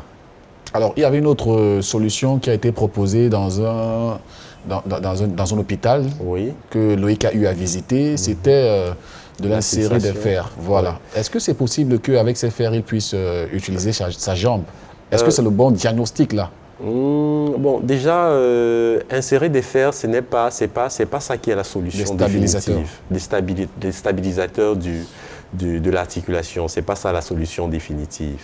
Déjà, il y a une sorte il y a comme une chronologie de prise en charge dans ce genre de traumatisme. Si les vaisseaux sont atteints, on repart les vaisseaux. En attente de la réparation des vaisseaux, on repart ensuite, on lui fait des ligamentoplasties s'il y a des ligaments qui ont été rompus entre 1 semaine et 21 jours. Et après, on immobilise le membre. L'immobilisation du membre, ça vient le plus souvent en dernier, quand l'intégrité même, les éléments qui constituent l'articulation sont bien mis en place. Et ça va nécessiter combien d'opérations par là? Et quelles sont les personnes qui sont interpellées dans cette opération, les spécialistes qui sont interpellés dans cette opération? Déjà, comme je l'ai dit plus tôt, lorsqu'on reçoit un patient comme Loïc, après un examen et une suspicion d'atteinte vasculaire, on fait appel à un chirurgien vasculaire qui doit venir établir ou faire du moins revasculariser le membre qui est privé de sang, en sang. Et puis après ce chirurgien, on a besoin d'un traumatologue orthopédiste qui pourra assurer un renforcement ligamentaire si les ligaments sont atteints, lui fait une chirurgie sur scopie si les ligaments sont atteints, et puis ensuite, et enfin, lui fait une fixation, une immobilisation du membre jusqu'à ce que les ligaments se cicatrisent. D'accord. Alors, madame, la maman de Loïc, vous avez pu suivre bien sûr ces explications des experts. Nous sommes allés sur la base des spéculations. Alors, si jamais il arrivait aujourd'hui que Loïc perde sa jambe, soit que sa jambe soit amputée, comment est-ce que vous vivrez ça? Comment est-ce que vous comprendrez ça?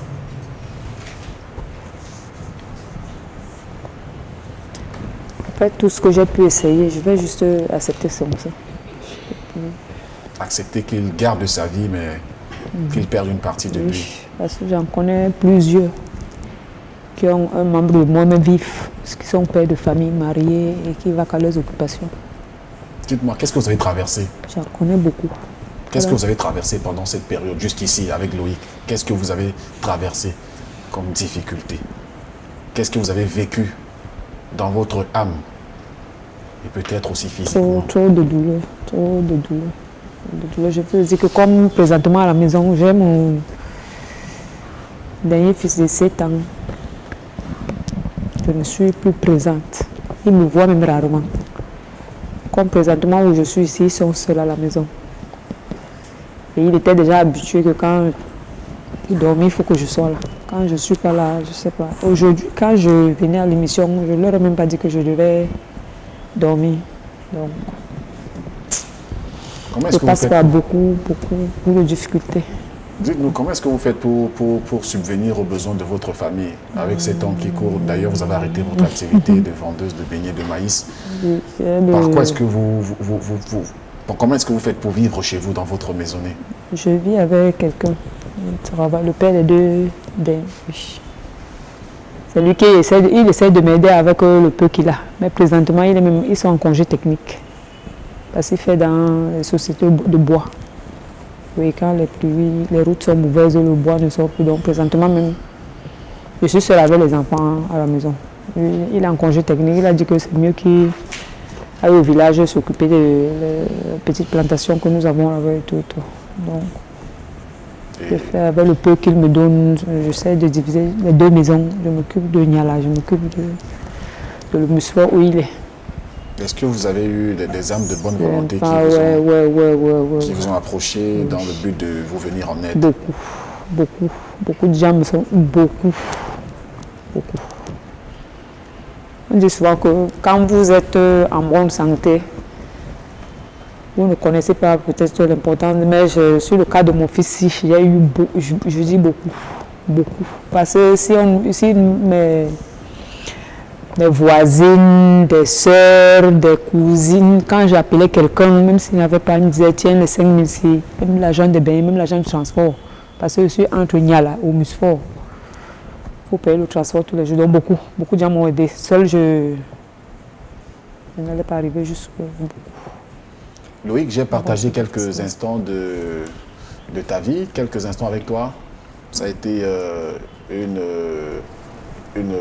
expérience de ta vie, de ton quotidien. J'ai constaté que ta compagne de tous les jours et de chaque jour d'ailleurs est toujours à ton chevet, toujours en train de te parler. Je parle de la mère de ton enfant, de tes enfants puisqu'elle est enceinte. On ne sait pas si c'est 1 ou c'est 2 ou c'est 3, ce sont des triplés. Alors, cette fille aujourd'hui, comment est-ce que tu la qualifies? Cette fille qui est à ton chevet depuis ton accident aujourd'hui et qui t'a accompagné sur Douala. Cette fille, je la qualifie de tout ce qui est important dans ma vie. C'est vrai que dans les relations ne sont pas parfaites. Il y a toujours les petites difficultés, les petites prises de bec. Mais dans ma vie, je n'ai jamais vu quelqu'un qui a pu me tenir comme elle a pu le faire. Parce que je pense que c'était peut-être une autre, elle devait peut-être partir ou bien m'abandonner. Mais elle, jusqu'à présent, elle fait vraiment tout ce qu'une femme peut faire pour quelqu'un qu'elle apprécie ou bien qu'elle aime. Sans elle, je pense que comme la dame disait tout à l'heure, je serais déjà déprimé. Donc elle m'aide d'un très grand soutien. Et je lui serai toujours reconnaissante. Nadège Biloa, vous êtes psychologue. Comment comprendre cet attachement que cette fille a envers son compagnon? Comment comprendre cet amour qu'elle lui manifeste toujours, bien qu'il ait connu un accident? Comment comprendre tout cela pour une si jeune fille? Tout part de la base, des motivations des uns et des autres. Peut-être qu'à la base, ce n'était pas une question d'intérêt. C'était vraiment un amour vrai et un engagement. Et cette jeune fille s'est dit, bon, je m'attache à lui et même si ce n'est pas officiellement, c'est pour le meilleur et le pire. Et je me dis aussi qu'elle doit être avertie qu'elle est un pilier pour lui. Elle a une place importante. Ce qui fait que si elle abandonne, il peut sombrer. C'est ce qui fait qu'elle reste encore attachée. C'est ce qui justifierait cette place qu'elle lui accorde malgré sa situation de grossesse. Elle se donne encore. Elle se bat pour l'aider comme elle peut. Je pense que c'est un amour profond et une confiance. Une véritable confiance qui est manifeste jusqu'ici. Vous regardez le programme qui a trait bien sûr à la compassion. Vous êtes sur les antennes de Equinox Télévision, la chaîne officielle du peuple. D'ailleurs, dans cette émission, nous avons pour coutume de donner la place nette aux actions qui se passent peut-être loin de nos projecteurs. Nous essayons d'aller chercher bien plus loin, très très loin dans nos cités dortoirs, les cas qui peuvent peut-être impacter votre générosité. Aujourd'hui, c'est le cas de Loïc.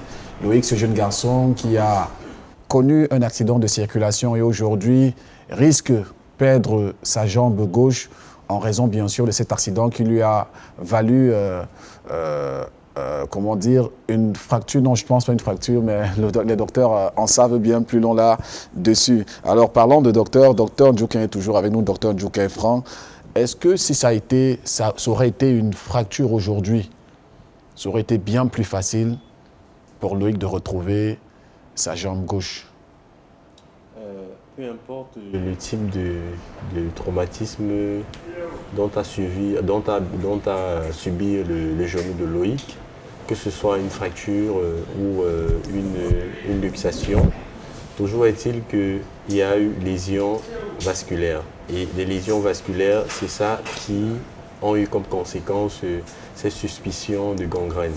Donc, chez Loïc, il y a eu ces lésions-là et il faudrait, comme je l'ai dit plus tôt, initialement, si un pontage vasculaire avait été fait initialement, c'est que non, le membre de Loïc, on devrait juste, après que la vascularisation soit bien faite, gérer le côté osseux. Le côté osseux, ça peut prendre beaucoup de temps. Il y en a qui ont des fractures chroniques, des fractures négligées, qui viennent dans des structures hospitalières et puis une bonne prise en charge est faite et ils recouvrent la motricité, la mobilité de leurs membres.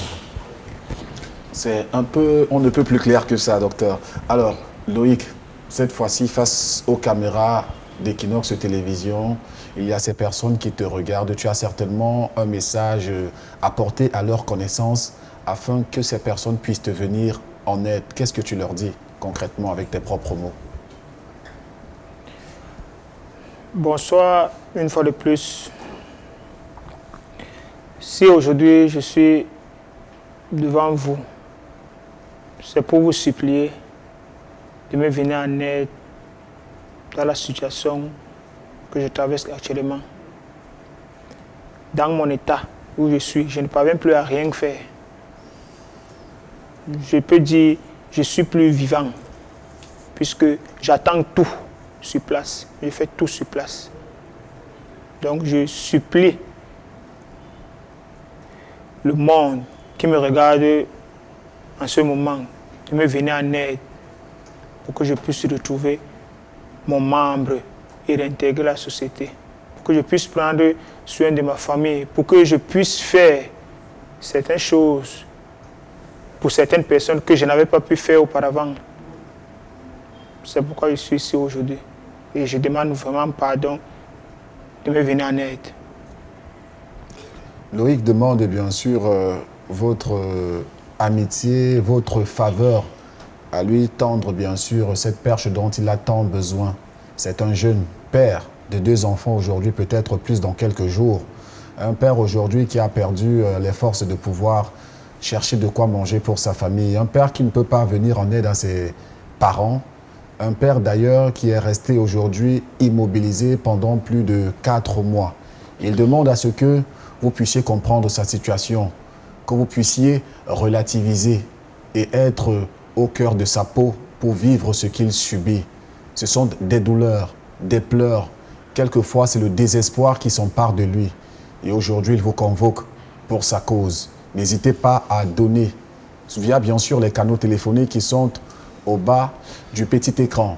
On va prendre une courte transition avant de recevoir sur ce plateau Madame, notre soleil de minuit, Irène Tembe viendra sur ce plateau dans un court moment, pas que pour les contributions, mais pour d'autres informations. Une transition et puis on se retrouve dans un bref instant. Je suis animatrice dans une radio communautaire. Et cette femme, cette maman, je l'ai croisée dans un bureau où je suis allée faire mes papiers. Et elle est venue auprès de moi avec un plastique, des carnets et des flacons de médicaments qui sont déjà finis. Et moi j'ai cru, quand elle a montré les photos d'un enfant malade, il y a des gens qui aujourd'hui escroquent, soi-disant qu'ils sont malades, voilà leur carnet et tout ça.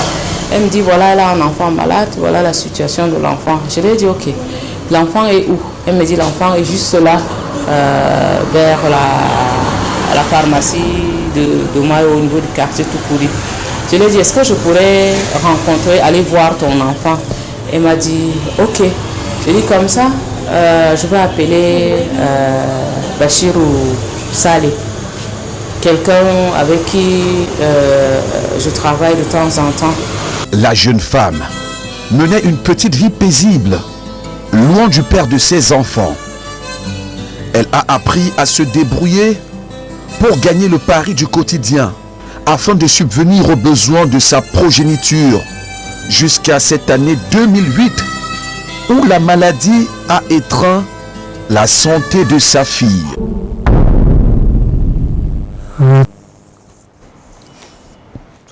Alors, retour à l'antenne sur le plateau de Regard Social pour la suite et fin de cette édition. Elle nous a rejoint sur ce plateau, c'est notre soleil de minuit, comme on l'appelle affectueusement. Madame Tembe Irène, comme de tradition, est déjà sur le plateau. Bonsoir Irène. Bonsoir Martin. Merci d'être là. Merci également de m'accueillir sur ce plateau. Alors, nous sommes accrochés à tes lèvres. D'abord, on revient sur cet élément qui a été diffusé tout à l'heure, cet élément qui nous vient de Garoua. Tout à fait. Et il faudrait que nous fassions une mise au point. Une mise au point qui est très très importante et très essentielle. Parce que, chers téléspectateurs, rendez-vous compte, nous avons des personnes de très très mauvaise foi, on peut le dire entre guillemets, qui exploitent, comme je le disais la semaine dernière, la douleur de nos différents malades en utilisant l'insigne, en utilisant notre notoriété pour pouvoir spolier des personnes, des âmes de bonne volonté. Donc, nous avons reçu sur ce plateau, il y a 3 semaines, le cas de la petite Jasmine.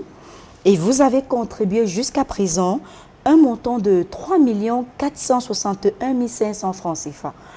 Malheureusement, nous sommes au regret de vous annoncer que nous ne sommes pas les seuls qui sont en train de prendre cette petite en charge. Cette petite a été, l'émission, le cas a été passé sur ce plateau il y a 3 semaines, mais la dame que nous appelons Madame Aminatou, qui a fait appel à nous, utilise actuellement sur les réseaux sociaux son image. Elle exploite également la notoriété d'Equinox Télévision pour récupérer les dons de la petite Yasmine et ensuite essayer de prendre, comme elle dit entre guillemets, la petite en charge. Equinox Télévision se désolidarise de cet acte parce que notre émission a une déontologie. Premièrement, il s'agit de la traçabilité des fonds. Il s'agit également de vous rendre compte, minute by minute, step by step, de l'évolution de notre malade. Nous sommes au regret de vous annoncer qu'on ne peut pas actuellement vous dire dans quelle situation se trouve notre petite Yasmine, dans la mesure où des personnes véreuses ont pris en charge cet enfant. Donc actuellement, nous avons une règle de déontologie, c'est-à-dire quand nous prenons un malade sur ce plateau, cela signifie qu'il est sous la responsabilité d'Equinox Télévision via l'émission Regard Social. Ce qui signifie qu'on a l'obligation, l'obligeance de vous rendre compte toutes les semaines des différentes contributions que vous effectuez à l'encontre de ce malade. Et nous avons également en retour l'obligation de vous rendre compte de l'évolution de ce cas social. C'est-à-dire quand nous le prenons sur ce plateau, nous nous assurons de son suivi grâce aux experts que nous invitons sur ce plateau. Et vous avez à la fin, nous avons une émission que nous appelons « Qu'est-il devenu ?» parce que nous vous rendons compte dans cette émission, minute by minute, de comment s'est déroulé le suivi de ce malade. Et comment sont affectées les différentes parties prenantes. Mais actuellement, chers téléspectateurs, nous sommes au regret de vous dire qu'on ne peut pas s'associer à ce genre de malveillance parce que ça serait nuire à la réputation. Il y a depuis 10 ans que cette émission existe. Ça serait nuire à l'image de cette émission. Ça serait nuire à l'image de cette entreprise. Donc actuellement, nous suspendons pour un temps les contributions de la petite Yasmine. Nous suspendons en attendant que ces ONG, que Mme Aminata, comme elle a si bien dit, qu'elle prenne d'abord en charge ce cas. Alors, ensuite, vas-y, je t'en prie. Ensuite, nous verrons ce que sera ce cas et nous reprendrons le contrôle quand nous aurons vraiment la main mise sur notre cas social. C'était une petite mise au point que nous voulons bien préciser à nos chers bienfaiteurs. Soyez très vigilants, s'il vous plaît. Des pages, des fake pages de regard social circulent sur la toile avec nos différents cas sociaux, mais avec des numéros différents. Rassurez-vous toujours que vous êtes à la bonne porte via la page d'Equinox Télévision où vous avez nos émissions en replay, également sur YouTube où vous avez nos émissions en replay, même sur Facebook vous êtes en direct s'il vous plaît. Donc vous composez simplement les numéros de téléphone qui s'affichent au bas de votre petit écran, à savoir le 690 50 50 94 ou le 675 35 25 16 et bien vouloir toujours se rassurer que vous êtes à la bonne porte. Encore merci, soldats de la solidarité, de votre générosité. Surtout, ne vous découragez pas. Continuez toujours à tendre la main parce que on dit la main qui donne reçoit toujours. Voilà. Alors, Irène, juste pour enchérir après toi, c'est pas comme pour dire que on s'arrête sur le cas de Yasmine, non. Yasmine, nous allons reprendre le processus du suivi, mais bien après que ces personnes qui ont utilisé la notoriété d'Equinox pour se faire des sous, des personnes profitent des malheurs des autres pour pouvoir être heureuses. Nous, on a essayé, on a décidé en conseil de comité de d'abord suspendre cela et puis revenir bien plus tard pour sa prise en charge puisque ces contributions restent là. D'ailleurs, on s'attelle à vous donner les montants pour chacun des cas. Nous sommes dans une phase bien sûr très sensible et puis nous sommes là pour vous rendre compte, fidèlement compte. Je reviens à vous, Irène. Oui, il faudra aussi noter, Martin, que l'argent c'est quelque chose de très sensible. Quand vous voyez une maman qui est sous le soleil, qui vous appelle, qui vous donne la somme de 500 francs, de 200 francs, de 100 francs, c'est la sueur de son front. Ah oui. Quand elle décide de sortir cette somme d'argent et de venir en aide à quelqu'un qui en a besoin, qui est dans le besoin, franchement, il faut rendre grâce. On ne s'amuse pas. On ne s'amuse pas, chers téléspectateurs, avec l'argent qui est là pour aider. Nous ne savons jamais d'où vient notre malheur. Donc, s'il vous plaît, soyez vigilants. Et puis, la mesure pour déposer son dossier, j'aimerais qu'on revienne un peu sur ça. Quels sont les procédés pour que son... Et il faudra également rappeler, s'il vous plaît, que le dépôt des dossiers des cas sociaux à Equinox Télévision est gratuit. Arrêtez, s'il vous plaît, de vous faire de l'argent derrière le malheur des autres. Arrêtez. Aucunement Equinox ne demande de l'argent pour déposer un dossier. Et le dossier se dépose. Et le dossier se dépose ici, à Equinox Télévision, à la guérite d'Equinox Télévision. Vous demandez tout simplement, Irène Tembe, le service regard social. Vous serez conduit dans mon dossier, dans mon bureau. Il vous suffit tout simplement d'apporter la photocopie de votre carnet médical qui prouve que vous êtes allé à l'hôpital, que vous souffrez de telle maladie, et la photo qui prouve que vous êtes dans un état indigent, ainsi que les coordonnées, c'est tout. Nous ferons le reste. Soyez simplement patients, parce que même Dieu ne peut pas sauver le monde entier au même moment. Soyez tout simplement patients. Nous viendrons toquer à votre porte. Et quand nous toquons à votre porte, nous avons l'obligeance de résultat. Et qui dit résultat dit la diligence de tous les âmes de bonne volonté. Ah oui. Toutes les âmes de bonne volonté. Nous souhaitons déjà prompte guérison à la petite Yasmine et nous sommes sûrs que nous récupérons ce cas sur ce plateau. Donc nous attendons simplement. Alors, allons-y pour les contributions avec toi, Irène. Oui, nous avons perçu les contributions tout au long de l'émission pour le cas du jeune Loïc Franc. Et les différentes contributions perçues sont les suivantes. Chrétienne KRM 10 000 francs, Yebga Gouet de Matom 1000 francs, Malé Peter de Yaoundé 2000, Bersikin Basso de Baranté 1500, Bienfaiteur de Yaoundé 10 000 francs, les femmes solidaires de l'Ouest 31 500, Tony Simon 1500, Camille Willy Tinda Simo 1000 francs, Victor Tonke 1000 francs, Fotio Astrude Belviane 2000, Marie-Noël Maoura Kene 2500, Anastasie Navouma 3000 francs, Rodrigue Clitendre Djogab Medakwan 2000 francs, Gande et Daba Louis Marcel 1000 francs, Marlise Grace Monet, 2500. Roland Quenti Asongweneba, 2000 francs. Pélagie Makenlak, 5000 francs. Gilbert Kankolo Bama, 10 000 francs. Baromi Teboko, 2000 francs. Jean-Faustin Pokam, 500 francs. Honoré Kenyi, 5 000 francs. Florence Godem, 2500. Soni Tangale Manesson, 2000 francs. Ruth Chamogande, 400 francs. Christina Afundon Wayigi, 1000 francs. Amine Mesmine Guéyon, épouse Ouetier, 5 000 francs. Michel Clémence Yombendia, 1000 francs. Eliphas Jita Yemangon, 2000. Louise Contal, 1000 francs. Clarisse Mané et Pétazon, 1500. Wilson Lyonga Teke, 2000 francs. Bernard Tchemofort, 3 000 francs. Roger Ngouane, 500 francs. Ma Bagok de Bepanda Omnisport, 3 000 francs. Manga Franc Joël, 1000 francs. Paul Eugène Fokom Gunge, 3 000 francs. Winifred Yebze Djeken Veuve Galata Lincoln, 2 000 francs. Denise Mathin Kwenken Kamwa, 5 000 francs. Bertine Djanfa, 5 000 francs. Louise Momboué, 1000 francs. Nadi Salomon, 5 000. Philomène Chantal Diafak, 500. Tidon Dimeleri Namoweli, 10 000 francs. Hervé Gabel Ajemo Asomo, 1000 francs. Kamdom Sylvie Madeleine, 5 000. Pascaline Beringouan, 2 000. Kengwa Juliette Sirewa, épouse Touba, 10 170 francs. Odile Zoumdan, épouse Nemale Dual, 5 000 francs. Michel Dimitri Kenye, 3 000 francs. Guy Kemlon, 3 000 francs. Fosa Mok Emmanuel, 3 000 francs. Marie-Antoinette Afon Mengui, 1000 francs. Véronique Wakoum, épouse Chia, 5 000 francs. Il est Api, 2 000 francs. Mekonchou Sedik Bolanda, les 500 francs. Douglas Nanaboudji, 2 000 francs. Vernon Pena, 3 500. Blaise Kama, 2 000 francs. Evelyne Keitamjon, 3 000 francs. Mélanie Ngodo, 1000 francs. Joël Mélodie et Mahawedi, 2 000 francs. Isen Mungwen Boyet, 2500. Fabrice Tiention Dieu-Kam, 500 francs. Nadège Zeka, 3500. Hélène Yitembe, 300 francs. Fokou Justin Obel, 1000 francs. Kevin Gapourondi, 2500.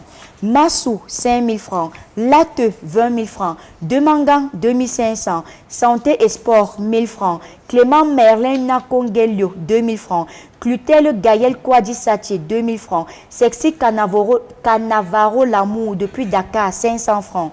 Justin Tassinkoun Gunte, 5 000 francs. Gilbert Chauffard de Bafoussam, 1000 francs. Francis de la Diaspora, 3 500. Folon Annie, 1000 francs. Amour du prochain, 1000 francs. Famille Fotso, 5 000. Famille Tchazé Paroisse EEC de Bouddha Centre, 3 000. Amour du prochain, 1000 francs. Joyce Flora Tatsi, 6 560 francs. La famille Gameni, 50 000 francs. Yannick Mumbe, 2 000 francs. Breaya Lakapangen, 2 000 francs. Michel Mba, 1000 francs. Brigitte Gengan, épouse Kana, 1000 francs. Narim Loveline Tchakounan, épouse Kemui, 1000 francs. Infirmier Michel, 1000 francs. Parfait Ivan Lonsi Yota, 500. Tchagé Claire Sidoni, 1000 francs. Martin Nyamsi, 1500. Platini, 2000. Tabetsine, 2000. Mélie Edili, 1000 francs. Une bienfaitrice de France, 20 000 francs. Guillaume Yimounichio, 5 000 francs. Ewis Stanlengze, 10 500. William Donald Tadjou Moifo, 500 francs. Blandine Claire Chamgwe, 3 000 francs. Elvige Flor Nobok Tétan, épouse Dangan, 2 000 francs. Dorothy Madefo Talom, 3 000 francs. Meda Doudou Mungan, 500 francs. Lot Xavier Yota, 1000 francs. Edufen Djoula, épouse Joya, 1000 francs. Gabriel Niemen, 2000. Monsieur Tamar Babi Salomon à Banjok, 10 000. Sylvestre Kenye Zodjou, 3 000. Virginie Kemeni, épouse Wadjou, 2 000. Bello Amadou du Gabon, 5 000. Eyedi Eyou Marie Félicité, 2 000 francs. Nous avons... Je ne suis pas terminée, désolée. Laurine Moinfo Gadio, 650. Papa Fomou David Adouala, 2000 francs. Maman Mouka Amanjo, 1000 francs. Papa Tchanko Augustin, 1000 francs. Le cordeau de Manjo, 2000. Dakin de Banjoun, 1000 francs. Marie de Yaoundé, 1000 francs. Emma Yawedi Joël Mélodie, 2000. Naomi de Consamba, 1000 francs. Madame Massé Françoise, 3500. Barthélemy Tchale, 4500. Sobou Manuel, 500. Chancel Gertrude Ngounfar, 2000. Nadège Daïga Lenyonga, 1000 francs. Cédric Christian Azoyan Tchaken, 2000. Nelson Chouneba, 4000. Thierry Feba, 2000. Vivian Ekekoum, épouse Stan Lenze, 5000. Yuandje Agnès, 2500. Nadège Nicho Nyanjumou, épouse Simo, 5000 francs. Marceline Golongoy, 1000 francs. Elvis Tanwi Tamadje, 5000. Antoinette Unke, 500. Christine Kameni, 1200. Nasser Zoyan Djojo, 1000 francs. Odette Kamenieu, 500. Michel Wandi, 1000 francs. Placide Emangou, 2000. Idrissa Ebama, 500. Justin M. Lonse Zekuro, 1000 francs. Moïse Emmanuel Tchafak, 1000 francs. Martin Yamsi, 1500. Ilfriede Biga Akumbok, 1500. Geneviève Mouyamfort, 1500. Rushino Koubanyanda, 2000 francs. Nous avons, pour le compte de Loïc Franc, un montant de 500 280 francs CFA.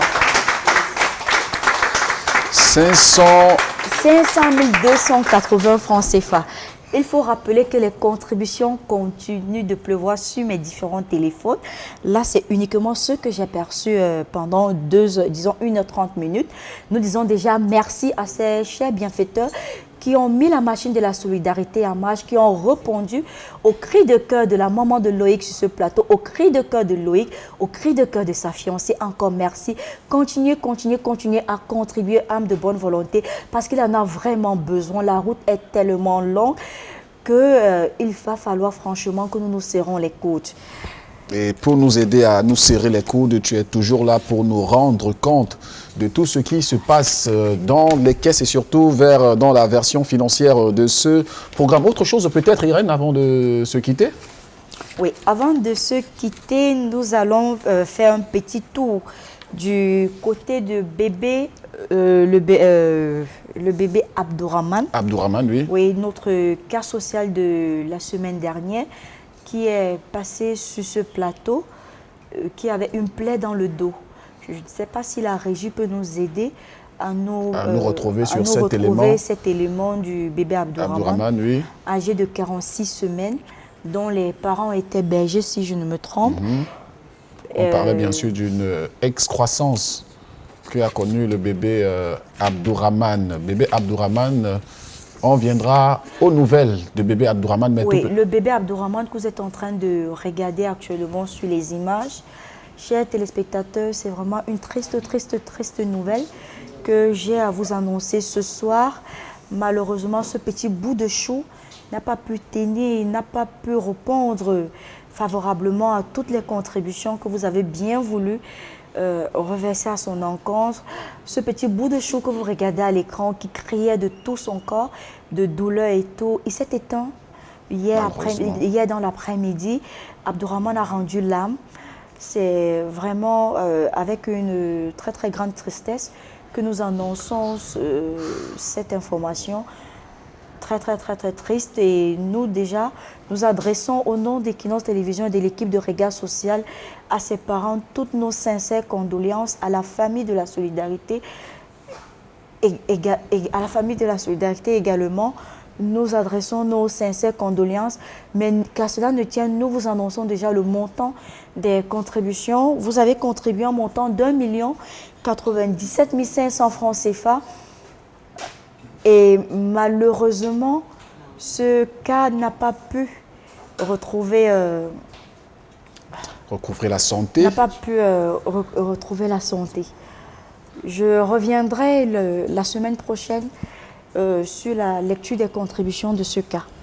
Merci en tout cas pour tout ce travail que tu abats. Merci surtout pour le compte rendu fidèle que tu fais sur ces antennes. Je reviens encore sur une précision. Si jamais vous désirez nous faire connaître votre cas, ce qui vous afflige, vous désirez porter bien sûr à la connaissance de tout le monde en vitrine populaire un cas social que vous connaissez, que vous vivez, la meilleure adresse serait de se rendre tout simplement à la guérite de la télévision Equinox. Immanquablement, vous tomberez sur Madame Tembe Irène. Et puis, faut-il encore le préciser, je pense que oui, tous les dossiers sont reçus sans percevoir un radis. On ne peut pas prendre à ceux qui n'en ont pas. Nous sommes là pour vous apporter notre oxygène et tout ceci autour d'une chaîne de solidarité qui est manifeste par la générosité des uns et des autres. Irène, on se dit Si la régie me permet, je peux lire quelques noms. Vas-y, ce serait mieux, oui. Allons-y, rendons hommage à ces personnes quand même qui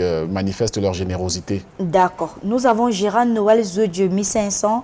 Ngekim Kana Martine, 1500. Youte épouse Didier Irène Rancé depuis Ebolova, 2000 francs. Takam Karine Fonkou, 1000 francs. Yvon Gervais Zamba, 2000. Kweyo Lucas Tezotou, 1500. Martha Fedzewanzi, 2000 francs.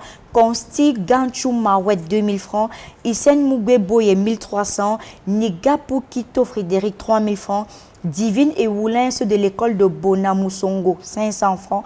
Famille Dompé de Rêve d'Or, 4000 francs. Maman Jeannette, 500 francs. Maman Yvonne de Makenene, quartier Baloa, 2000 francs. Mireille Flanquin, 2000 francs. Une dame de cœur, 2000 francs. Papa Simon Roger, 1500. Bienfaiteur de Bali, 2500. Capture René, 10 000 francs. Monsieur et Madame les Anges de cœur, 7000 francs. Yannick, 1000 francs. Clifford Toumba, 10 000. Bienfaitrice de Boya, 1000 francs. Une infirmière du CMCU à Bali, 5 000 francs. Madame Euyo Henriette Robertine, 2 000 francs. Jean Claubert à Pointe-Noire, 2 000 francs. La famille Tchanko, 2 000 francs. Charles de Boya, 5 000 francs. Monsieur Tani à Port-Gentil au Gabon, 5 000 francs. Bienfaitrice de Bilonguet, 5 000 francs. Félicité Fossi, 5 000 francs. Madame Choupé Cécile, 5 000 francs. Chrétienne catholique, 3 000 francs. Karamo Alice Pegouma, épouse Diofan, 3 000 francs. Ali Ibrahim, 2 000 francs. La famille Tchako, 2 000 francs. Alain Walter et Makam, 1000 francs. Hugues Kamga Simo, 1000 francs. Madame Choupé, 5 000. Big Mami de Manassa, 1500. Djikapsi pour Roufiatou, 2500. Gaël Delhomme, Ménieux Moifo, 2000. Man of God, Faucom Paul Eugène, 3 000 francs. Une bienfaitrice, 20 000 francs. Wandy Pierre, 3 000 francs. Aouken Grasse, 2 000 francs. Bienfaiteur de Godi, 1000 francs. Parfait, 1000 francs. Idrissou Moumier, 1000 francs. Aïssi Minoué Marité, 2 000. Mama Grasse, 1000 francs. Bertrand, 5 000. Tamokwe, 50 000. Maman Lisette Akribi, 750 francs. Mutuel Balako de Bonamoussadi, 2 000 francs. Monsieur Aka Martin, 10 000 francs. Toussaint, 2500. Chami Dibadon Michel, 1500. Pélagie Makenlak, 5 000 francs. Makou Karine Laure, 5 000 francs. Un Camerounais, 1000 francs. Tout est grâce à Yaoundé, 1000 francs. Pante Gadui, 2 000. Papa Joseph, 5 000. Papa Modeste retraité de Yaoundé, 5 000.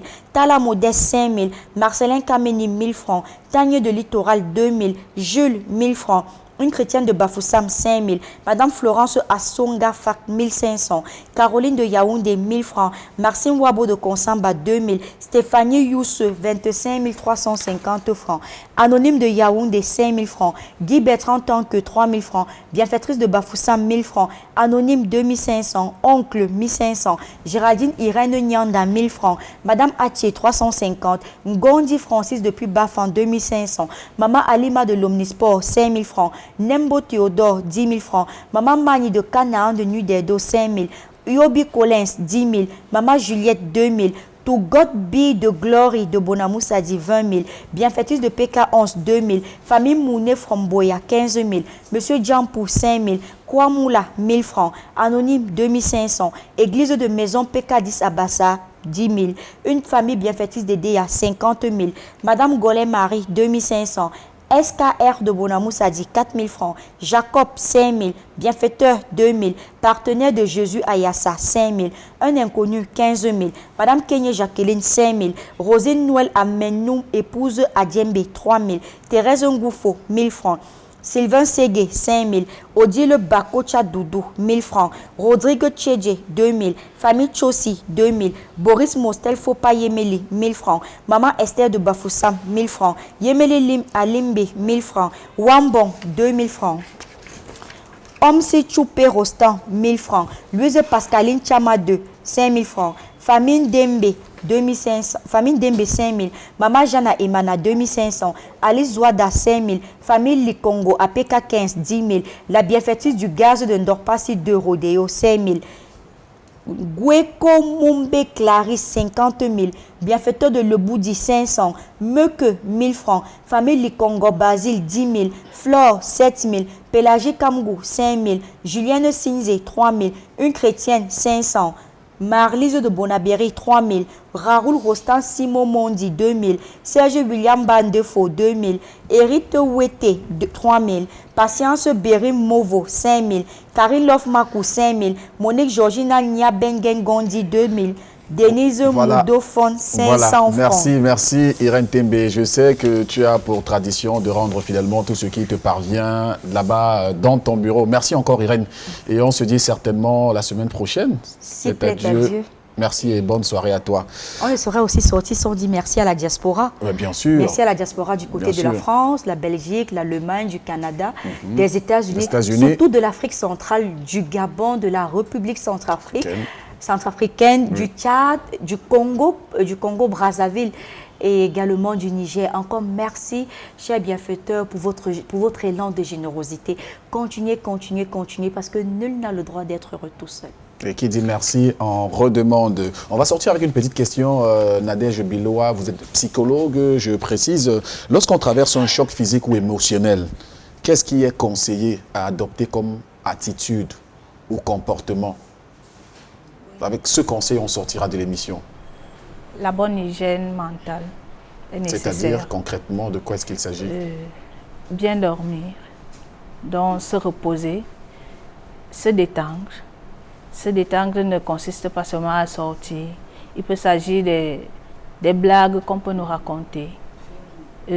Changer l'ambiance de la maison, ne pas rester dans un état de deuil. Ceci concerne le patient et son entourage. Parce qu'il vit, il respire, ce que respire son entourage. Donc c'est très important. Merci. Le temps nous prend à la gorge. Il risque de nous pendre ou encore nous suspendre. 2 tours de loge ont bien sûr déterminé notre séjour sur ces antennes d'Equinox Télévision où nous étions à la recherche bien sûr de la fibre sensible, de la magnanimité et surtout de votre altruisme. Merci à ce public qui nous a accompagnés pendant ces 2 heures. Merci également à cette équipe de production qui a abattu un travail de fourmi assez considérable. Je pense tour à tour à Jeff Binze, à Eric Watat, Cédric Chouna, à Warren Zede, à Cédric Ding et Kate Diara. Merci à tous, merci pour tout. Merci surtout à ceux et celles qui nous ont suivis de bout en bout dans cette émission. Prochain rendez-vous jeudi prochain. D'ici à là, continuez à aller aux nouvelles les uns des autres, car rien ne vaut la vie est précieuse. À très vite.